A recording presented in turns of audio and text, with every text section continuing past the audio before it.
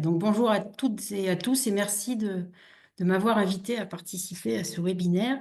Alors, moi, je suis une jeune, même si j'ai déjà quelques années derrière moi, mais dans le domaine de la coopération Erasmus+, je découvre en marchant, je dirais. Donc, je vais vous présenter ce que l'on vit en ce moment à plusieurs dans ce cadre de Resilient Fortress. Alors, j'ai découvert, moi, au cours de cette année, que Erasmus existait avec ce système d'Erasmus+, qui est un programme, donc, effectivement, de l'Union européenne et qui est destiné à soutenir l'éducation, la formation, la jeunesse et le sport. Son budget pour le programme en cours est estimé donc à 26 000 un peu plus de 26 milliards d'euros. Et comme l'a dit Céline, donc l'accent est mis sur l'inclusion sociale, les transitions écologiques et numériques et la promotion de la participation des jeunes à la vie démocratique. Alors, bien évidemment, il est ouvert à deux types de pays, donc les pays de l'Union, mais également des pays hors Union qui sont associés au programme. Alors, je vous invite à aller regarder le site Erasmus+, parce qu'on a effectivement un grand nombre de pays à travers le monde qui peuvent participer avec nous à ce style de projet. Je vais un peu plus vite comme ça. On aura peut-être plus de moments pour les questions. Alors, les difficultés éventuelles, alors comme tout partenariat, c'est de trouver des partenaires avec une problématique similaire et des objectifs communs dans un espace temporel contraint. Ça a été le cas pour monter notre projet, puisque nous avons été appelés par les Finlandais au mois de février de cette année. Et il fallait que l'on réagisse vite puisque on devait déposer le dossier pour début mars. Donc il fallait effectivement réagir et avoir des objectifs communs. Répondre bien sûr aux critères de sélection du programme Erasmus+, et avoir un engagement des partenaires à avancer les crédits dédiés au programme.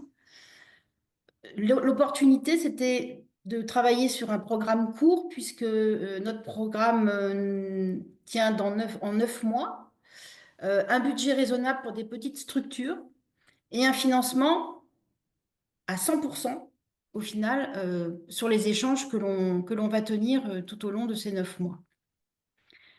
Le type d'action qui a été retenu pour notre dossier sur les fortifications, donc c'est des partenariats à petite échelle dans le domaine de l'enseignement et de la formation professionnelle. La durée, donc je l'ai dit, c'est 9 mois. Donc on a démarré au mois de septembre à Helsinki et on termine au mois de mai aux Pays-Bas. L'Agence nationale de l'organisation requérante, c'est pour ce cas-là l'Agence nationale finlandaise pour l'éducation. Et le montant forfaitaire que l'on a proposé, donc c'est 60 000 euros.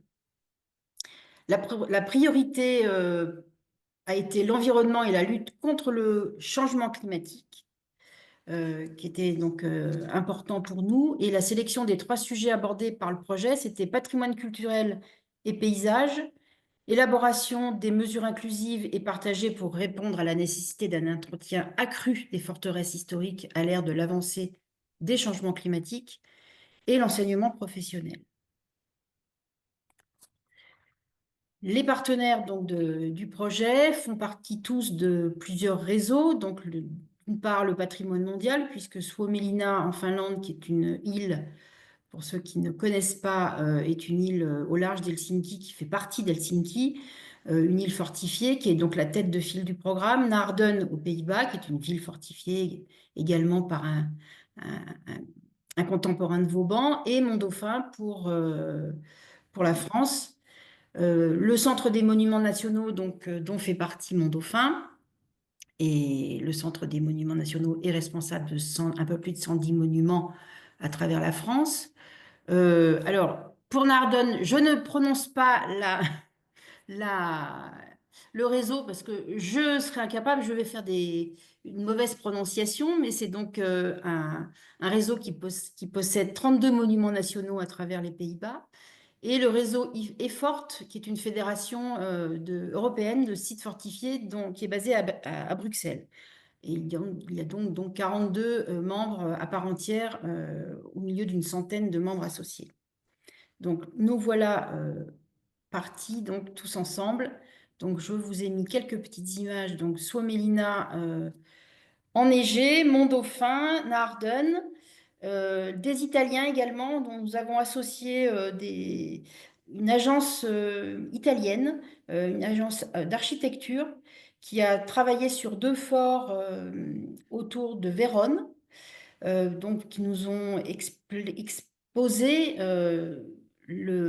leur façon de restaurer et surtout le devenir et les nouveaux usages de ces 2 forts. Et on a également associé l'agence d'architecture de Philippe Prost, qui œuvre en ce moment sur le port Vauban à Antibes et qui a rencontré justement des difficultés lors de la restauration de ces morceaux de fortification pour travailler notamment à la préservation de la faune. L'objectif de ce projet Erasmus+, c'était donc tout d'abord un échange de savoir-faire, de pratiques efficaces, durables, respectueuses de l'environnement en matière de restauration des forteresses, ciblant particulièrement les structures en maçonnerie, les terrassements exposés aux effets du changement climatique. On a tous, dans les lieux que je vous ai présentés, on a tous les mêmes problématiques. Alors avec la Finlande qui prend de plein fouet, beaucoup plus fort que nous, le réchauffement climatique, puisqu'il gèle beaucoup moins l'hiver. Du coup, les terrassements sont plus exposés à l'eau, et au piétinement, puisqu'il faut savoir quand même que Suomelina accueille 1 million de personnes par an. Donc, il y a énormément de passages et ça érode les banquettes de tir. Et au lieu d'avoir cette masse bien compacte et bien gelée, eh bien, ils ne l'ont plus. Nous, effectivement, c'est ce que l'on observe aussi depuis 2 ans dans les Alpes. On a effectivement plus d'eau, moins de neige et moins de gel. Donc, les échanges qu'on aurait pu avoir il y a 15 ans, où c'était des choses que les fortifications vivaient depuis leur création, c'est-à-dire le gel et le dégel, mais au printemps et à l'automne, bien, ce phénomène-là se joue pratiquement toute l'année, et plus particulièrement l'hiver, puisqu'on a moins de gel fort. Donc, le but les objectifs, c'était vraiment de voir comment on pallie à cette évolution du climat dans la restauration de ces fortifications. Et donc, les experts se rencontrent, sont invités à voir l'évolution de la restauration sur une quinzaine d'années, puisque Suomelina est en avance, je dirais, par rapport à nous.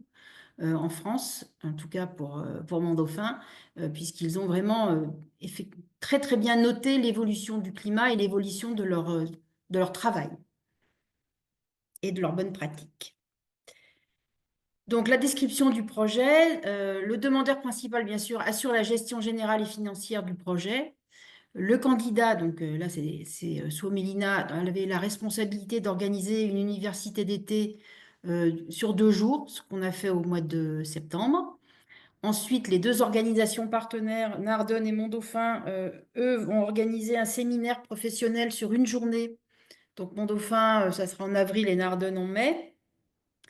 Et donc, bien sûr, on organise à chaque fois une visite sur site et une réunion, style petit colloque. Et on s'engage, bien sûr, à préparer des articles pour l'université d'été. Et on accepte, bien sûr, d'échanger les connaissances avec un esprit ouvert. Et on s'engage à livrer les résultats nécessaires dans les délais prévus, comme dans tout partenariat. Ce qui est écrit en bleu, je l'ai déjà plus ou moins dit. Alors, je vous ai rapidement mis le partage du budget, puisque je vous ai dit que c'était à hauteur de 60 000 euros. Suomelina, qui nous a accueillis sur 2 jours, a bien sûr une plus grosse participation à la base. Ensuite, il y a donc le CMN pour Mont-Dauphin, Ardennes et Forte Voilà. Et donc, tout cela est financé dans sa totalité ensuite par le programme européen. Donc le constat, eh bien, c'est que le nouvel ennemi du patrimoine en général, mais plus particulièrement là du patrimoine fortifié, c'est le changement climatique. Et en 10 ans, on a effectivement vu ces effets négatifs et néfastes sur ces structures de maçonnerie, sur le paysage, puisque ces fortifications aujourd'hui font partie du paysage. Et donc, on a bien un défi commun sur tous ces sites fortifiés, c'est définir et développer des méthodes de restauration, des nouvelles méthodes de restauration et d'entretien efficaces, qui soient également durables sur le plan environnemental, puisque il s'avère que nos sites fortifiés sont également des espaces verts, donc avec de la nature, bien sûr, donc des, comment dire, de la faune, de la flore. Et je dirais que c'est un regard nouveau que nous avons aujourd'hui sur ces espaces libres, naturels. Donc il faut en tenir compte lors de la restauration et on le voit au fur et à mesure du temps. Ça fait partie bien sûr de l'entretien de ces paysages et il s'agit donc de définir des nouvelles lignes directrices prévues afin de changer les attitudes traditionnelles qu'on avait en matière de conservation. Donc c'est vraiment, enfin, ce genre d'échange, on le voit vraiment comme une plus-value dans notre futur travail quotidien sur les sites. Certains sont en avance par rapport aux autres et on n'a pas forcément tous les mêmes matériaux. Certains vont avoir de la brique, certains vont avoir de la pierre. Donc ça ne réagit pas de la même façon, mais nos échanges vont effectivement prendre en compte toutes ces différences. Et à terme, on espère pouvoir avoir une sorte de vade-mecum, nous aussi, sur notre façon de travailler et de conserver. Voilà, bon, donc du coup, j'ai aussi parlé des plus-values, mais donc c'est une dynamique bien sûr actuelle hein, de travailler de cette façon-là. On met en œuvre les politiques environnementales. Euh, le fait que nos fortifications soient classées, inscrites au patrimoine mondial, on se doit bien sûr d'être exemplaire. Donc, on va dans ce sens-là aussi. On est également influenceuse puisque on travaille au sein de divers réseaux. La preuve en est, nous participons au webinaire ce soir. Donc, nos échanges et nos constats, bien, nous pourrons les faire plus tard, peut-être dans un nouveau webinaire, puisque nous démarrons juste le programme Erasmus. Et également, on renforce les compétences des professionnels qui sont confrontés aux défis du changement climatique. Et les résultats, bien sûr, motiveront d'autres sites fortifiés, on l'espère, à développer des programmes similaires afin de trouver de nouvelles idées, de nouveaux concepts, de nouveaux outils. Donc, je pense qu'il faudra à terme aussi associer nos architectes en chef, en tout cas des monuments historiques, pour faire évoluer notre façon de restaurer euh, du côté français en tout cas. Voilà, donc les clés de réussite et les points d'attention, c'est bien sûr un échange approfondi qui nécessite du temps. C'est toujours le patrimoine, de toute façon, nous apprend la patience, donc et on travaille dans un temps long quand même, de la présence, des connaissances de base, bien évidemment, de la curiosité à l'égard des expériences des autres et des délais, bien entendu, qui obligent les participants à coopérer, à fournir des résultats dans le temps court, là, qui est de 9 mois. Euh, Moi, quand les Finlandais sont venus nous chercher, tout de suite, j'ai répondu favorablement et j'ai œuvré auprès du siège du CMN pour que on puisse répondre et qu'on puisse participer effectivement pour trouver des solutions ensemble sur les méthodes de restauration.